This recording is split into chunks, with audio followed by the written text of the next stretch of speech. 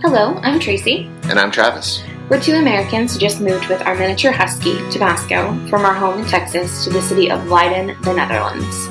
We're not quite sure what the future holds for us, but we're excited to share our journey with you.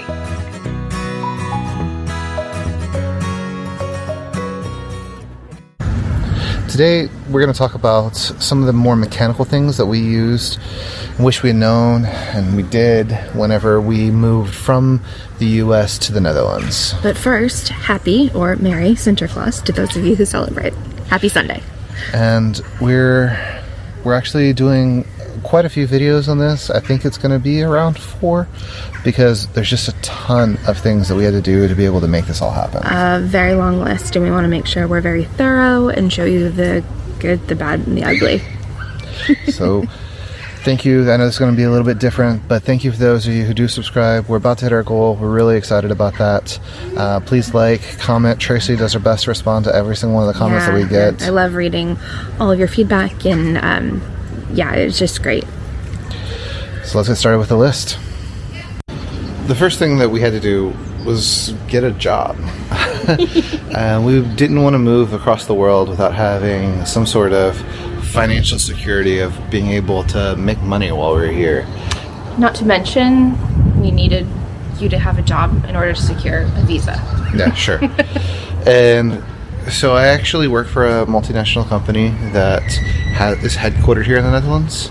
And I spent probably the better part of 2 years looking for a position that looked right. The pandemic happened, and that definitely made some things hard. But I started interviewing for the position the very end of March, around my birthday in March. Mm-hmm. And then that process finally wrapped up in mid-May. And then we've made the move in August. The end of August, with my first day being September 1st. So it was quite a long process, but that was mainly due to trying to make sure that we had enough time to get over here, and all of the mechanics of interviewing somebody that you're not going to actually see for a long time. Not to mention, you had several interview processes before this one being successful. How many times did you interview? 3 or 4, but those positions just weren't quite the right fit, and I really think that this one was the best one out of all of them. This was our best option to be able to find something that really worked well for us. Now, the company did do a lot of things that were really great. They helped us with our visa. We had a company called Settle Service that was used by the company that helped us with our visa. It helped us secure all of our meetings that we had to have, and helped us get the paperwork that we needed to be able to say, hey, you're allowed to live in the Netherlands, which was checked when we came into the country. It was the border agent actually asked for the letter from the employer saying that we have a position and that we're able to work here. Once we had the job secured and we knew that we were actually going to move, and we had a kind of a date where we wanted to be here, the actual real mechanics of moving started. Yes. And before that, I had to tell my employer that I was leaving as well. And luckily, I'm able to do some content writing while I'm here and be able to help support us. Mm-hmm. But part of the thing that was really probably very nerve-wracking for us was getting ready to sell all of our stuff and move over here. Yeah, and we moved at a time where the housing market was really, really hot in the U.S.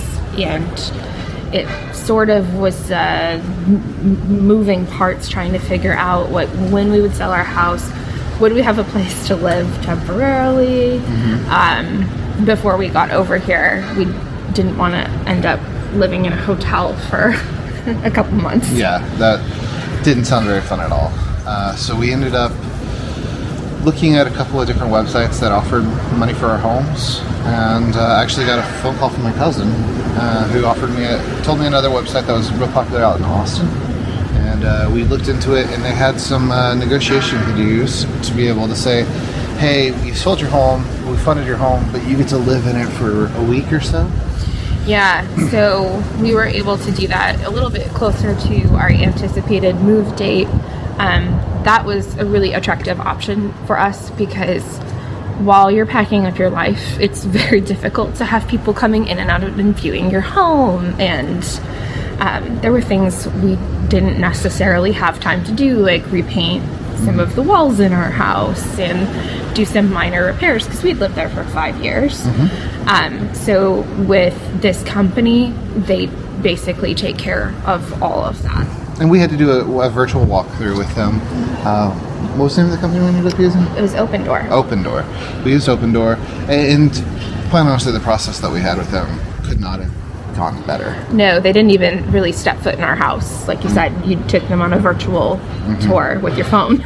Yeah, and we uploaded some blueprints and things like that we had of the house, and then we were able to get our funding into the account. We have a little bit of an issue with that because it was we got married while we lived there, so we had to sell it as a couple, whereas I bought it as a single person, and but we were able to get all of that funded. And because of the way that the career worked over here, the job worked, we got a reimbursement for our relocation, but not till after we'd already been here. So we had to front load some of that money.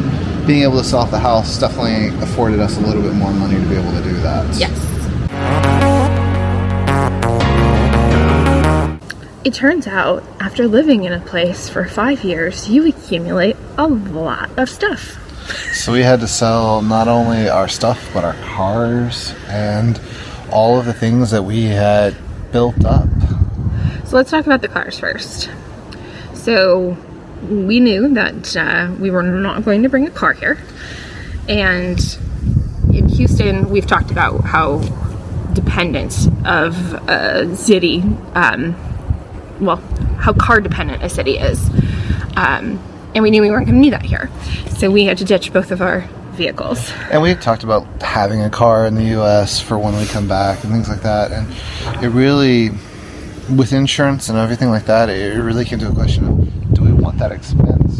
Or can we rent a car for the 7 days or so every half year that we're in Houston? And at that point, it became much more reasonable to just sell the cars. Yes. And rather than taking them to a dealership and trying to negotiate, we looked at a couple different options to just go ahead and get a quote and sell our vehicle that way. So we ended up going through a dealership company called CarMax, and they gave us a very competitive offer. They gave you a check same day after they inspected the vehicle, and we walked away with more money than we had anticipated. We did look at companies like Carvana, but CarMax was actually more competitive.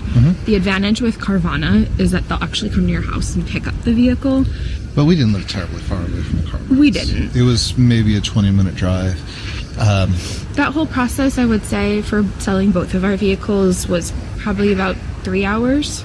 Yeah, so once we got there, we had the offer. They did the inspection of the car, and then that offer was good for 7 days. And so we ended up actually coming back the next day to sell our cars, because I think we flew out that afternoon. I sold my car the morning of that we left, and then I got a check, and I was able to walk straight to the bank account, or I got a ride from my parents, actually. They took me over to the bank, and I deposited that, and that money was in my account in a matter of an hour. We also had a lot of stuff, and not just cars, houses and stuff, but things that were taking up our home. We had a huge closet that was full of clothes. We had tons of furniture and a lot of stuff that just wasn't going to make the trip. Right, and I think to back up a little bit too, when we were trying to decide, we moved over here in regards to housing, we were debating between looking for a furnished place so we wouldn't need to bring our furniture over, or something completely empty where we could have all of our comforts of home and transport them over here. We opted to go with a furnished place, especially for the first year, to determine whether we liked it here. And that meant that We ended up storing quite a bit. We ended up getting a 10 foot by 10 foot storage unit in the US and filled that up with stuff like dining room table that we really liked, couch that we missed dearly, lots of things that we love but wouldn't make the trip, but we didn't want to get rid of. And with that, when we were looking to potentially ship our items over here, first off, there's a huge shipping shortage, and from what we were reading, it could take up to 3 or 4 months before we would see that stuff. So we ended up with a lot of stuff as we were walking around our house, getting ready to make the move. Are we in love with this anymore? Do we want this anymore? And we ended up saying we can get rid of a lot. We had a lot of stuff that we ended up needing to sell. And we really broke it down into 2 portions. Stuff that Tracy was going to sell and stuff that I was going to sell. So First up, Tracy. In my previous careers, I had worked in retail, and I had accumulated a lot of fancy clothing and high heels and things I had to wear for work. And high heels and the cobblestone streets here in the Netherlands really don't mix. So I ended up going and selling a lot of my goods on Poshmark, which unfortunately is not available in Europe. And I was a selling and packing machine for, I think, the 2 months before we left. And it was nice to be able to let go of some of those things and know that they were going to get a good home, and we're going to end up in a landfill somewhere. And you had some tricks that you used to be able to help make some of that work better as well. You really went through Reddit a lot. Yeah, I relied on the Poshmark subreddit for a lot of ideas on how to market my store. And I was very successful in selling a lot of those goods.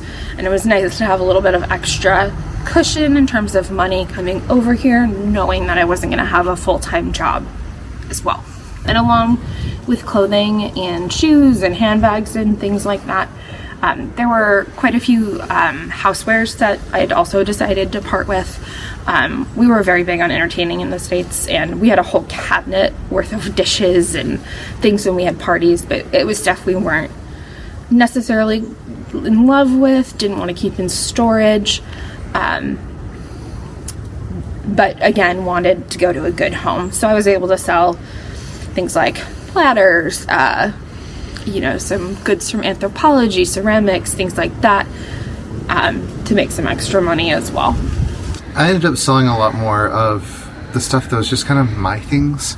I had a guitar to sell and a couple of older video game things like that. We did end up donating some of it to like the local hospital and to areas, things like that. But I ended up selling quite a bit of our stuff on Facebook Marketplace, including our beloved barbecue smoker. Yes, we did sell our barbecue, our grill, and somebody came right up to the house and picked it up. I was able to sell it fairly quickly for something that I had had for, almost 10 years at that point.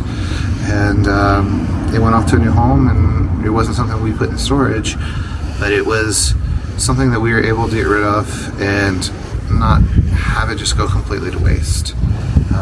I didn't really sell any on where else on the other websites, mainly because I didn't want to deal with the hassle of Craigslist and all the unsolicited things. I really felt that doing it through Facebook was probably the easiest for me. Inconvenient. We had a lot of people do porch pickup. Mm-hmm. Yeah, we sold a couple of things where we just left it outside due to the COVID. We also knew we were moving, so we weren't worried about them finding out where we lived. And we just left it outside on the porch, and they came and picked it up, and it was gone. And they just PayPal'd me. Let's talk cost. Well, specifically with stuff. And getting our goods over here.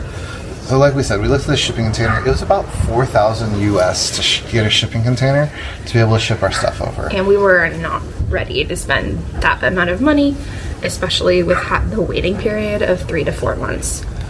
So we ended up finding out a website called shipmybag.com. Sendmybag.com. And it was about $150 some odd dollars per bag to be able to ship it over. And we say bag, but it was actually boxes. They were 25 inch by 25 inch by 25 inch boxes. Double-walled boxes. And we ended up shipping over 7 boxes and 1 shipping tube that had some art and stuff like that inside of it. And that service is really neat because they come to your house and pick it up. And it's dependent on whatever carrier is more cost effective. So ours actually got broken up into 2 shipments. We had DHL pick up 2 of our boxes, and then was it LSO for the remaining. Lone Star overnight. Because it was Texas. Yeah. And our DHL boxes arrived like the next day. We shipped them out the day before we left, and we got them the day after we arrived. Yeah, crazy. So it was nice to have some of our things to start making our rental home feel more like a home. Our other boxes took a little bit longer, but not crazy. Less than a week. And we received everything. Most everything was in good condition. We had 2 casualties, and they were 2 little whiskey glasses, and those were the only things that had broken. And part of the reason that we felt comfortable using them is we ended up putting airtags in them. So Apple has a product called Apple AirTags. They're little small things about the size of a 50-cent piece. They're, for our Dutch viewers, it's about that big. And you put them in stuff, and you can find out where they are. We have one on Tabasco, and we're able to put those in all the bags that boxes that we shipped, and then our actual luggage as well. So we could tell, it's in, I think it was in Kentucky at this point. It's made it to France, and now it's in Schiphol. It's still in Schiphol. What are they doing there? But we were able to track it the whole way through, so we knew exactly where it was, within maybe an hour of when it was last updated. And those are completely, once you buy them and put them in, I think they were about $25 a pop. You can use them for free for as long as you have them. Yeah, really neat. And you can track them with the app, kind of like the Find My iPhone on your phone, which is really cool. And that gave us a lot more security in knowing that we were actually getting the things that we had shipped over. Because we had stuff like computers and dishes and stuff that we really liked and we wanted to keep. Yeah, I will say with Send My Bag, you do have to pack it yourself. So we went through quite a bit of bubble wrap in order to pack some of our more fragile items. But overall, it wasn't that bad at all. No. I think that wraps up our first set of things that you should know, or we felt were important to share for our journey to come here to the Netherlands from the US. If you made it this far, thank you so much for watching. We are going to do a few more of these, mainly because we still have everything else that was involved in the US, and then finally the stuff that we had to do once we got over here. Yeah. And we should be sharing those the next couple weeks. Please, if you would like to get that information, like this video, subscribe.